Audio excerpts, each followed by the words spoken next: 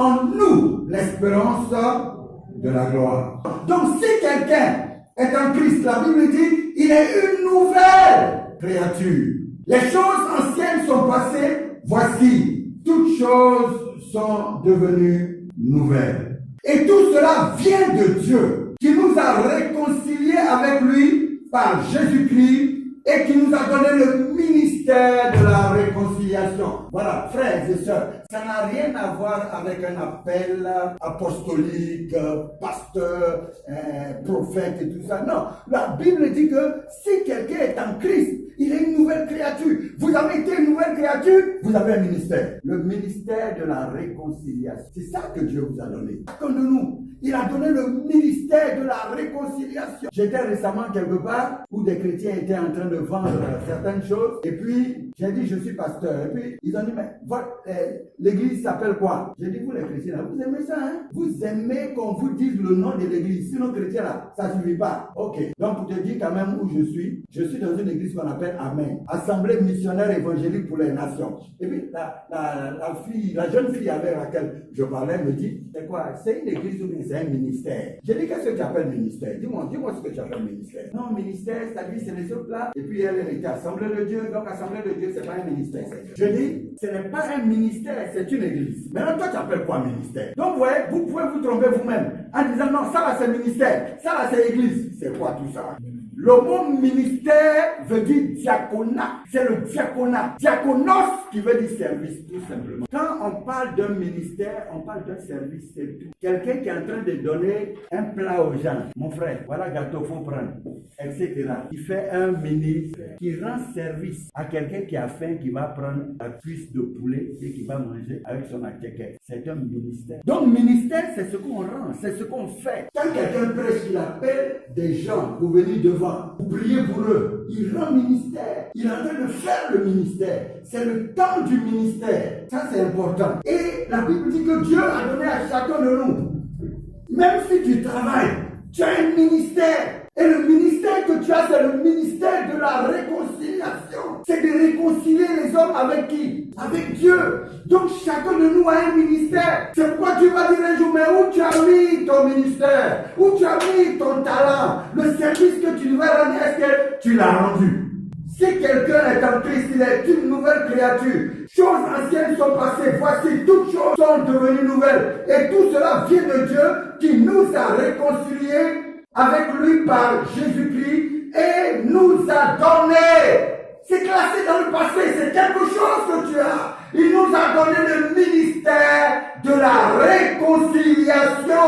Dis-moi, est-ce que tu as le ministère de la réconciliation? Oui!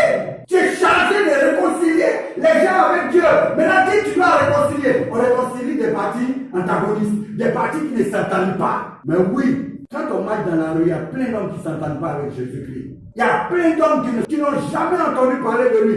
On a dit que c'est toi. C'est toi le facilitateur. C'est toi l'homme et la femme qui doit réconcilier les gens. Ils viennent, tu ne les réconcilies pas. Ils viennent chez toi, ils s'asseyent chez toi, ils mangent chez toi. Et puis ils s'en vont comme ça. Tu ne leur as pas dit qu'ils doivent être réconciliés avec Dieu. Et puis laisse le Saint-Esprit qui t'habite faire le travail. Il n'a pas dit que c'est toi qui vas les convaincre. Il dit de les réconcilier. Et puis la Bible dit quand il viendra, il convaincra le monde. Les hommes et les femmes, il va les convaincre en ce qui concerne le péché. Il n'a pas dit que c'est toi qui vas les convaincre. Toi, ouvre ta bouche et parle. Et puis Dieu va le faire. Même si tu as des difficultés pour ouvrir ta bouche, la Bible dit dans l'Ancien Testament, ouvre ta bouche et je la remplirai. Commence à parler, Dieu va te donner les mots. Tu as un ministère. Il ne faut pas voir ça dans le prophète. Il ne faut pas voir ça dans le pasteur. Il ne faut pas voir le ministère dans l'apôtre. Il faut voir cela en toi-même. Tu as un ministère. Dis avec moi, j'ai un ministère. J'ai un ministère. Mais oui, le ministère de la réconciliation. En effet, Dieu était en Christ, réconciliant le monde avec lui-même en ne chargeant pas les hommes de leur faute, et il a mis en nous la parole de la réconciliation. Là aussi, il a déposé ça en nous. C'est pourquoi la Bible parle de garder le bon dépôt que Dieu t'a donné.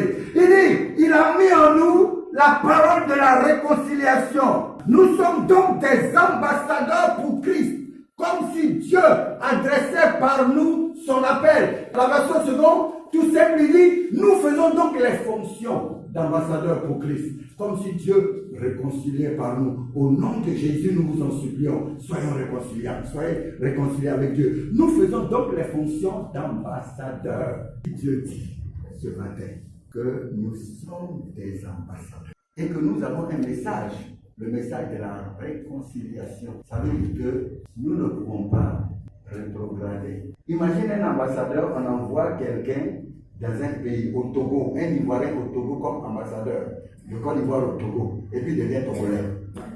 On va le radier tout de suite, parce qu'il n'est pas digne. On a un ministère, le ministère de la réconciliation. Si on va pour gagner les âmes, et que c'est eux qui nous gagnent dans leur monde là, on doit être révoqué. Toi qui t'avais leur dit qu'il y a une bonne vie, tu commences à mener leur vie là. Tu as démissionné, tu as quitté l'ambassade.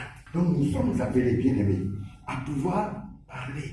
On a le ministère de la réconciliation. On doit convaincre les gens. On doit dire aux hommes, on doit dire aux femmes que Jésus-Christ est Seigneur, qu'il sauve. Et puis laissons le résultat à l'Esprit de Dieu. Vous savez, vous pouvez parler maintenant. Il va le soir, il ne dort plus jamais. Le matin, il t'entend. Vous ne savez pas le bien que vous pouvez faire aux gens. Vous ne savez pas qui vous êtes et le bien que vous pouvez faire aux gens. Et en faisant le bien aux gens, vous vous faites du bien vous-même. On a un ministère. On a un ministère de réconciliation. On peut parler à quelqu'un. Donc si toi tu es bien, fais du bien aux autres. Nous faisons fonction d'ambassadeurs. N'ayons pas peur de dire que nous sommes des ambassadeurs du royaume. N'ayons pas peur de nous comporter comme les ambassadeurs du royaume. N'ayons pas peur d'avoir nos Bibles à certains endroits et puis de marcher. Quelquefois on a peur. Comme je dis, il y en a qui ont tellement honte que côté Bible là, ils mettent ça comme ça pour qu'on ne lise pas. Là quand les gars regardent, ils pensent que c'est agenda. C'est pas agenda, c'est la Bible. Amen. N'ayons pas honte de l'évangile. C'est important. Si je me comporte en chrétien ici, vraiment, les gens ils vont me regarder comme un extraterrestre. C'est eux qui sont les extraterrestres. Toi, tu es sur la terre que ton Père t'a donné afin d'être un modèle et un exemple. Gloire à Dieu. Amen.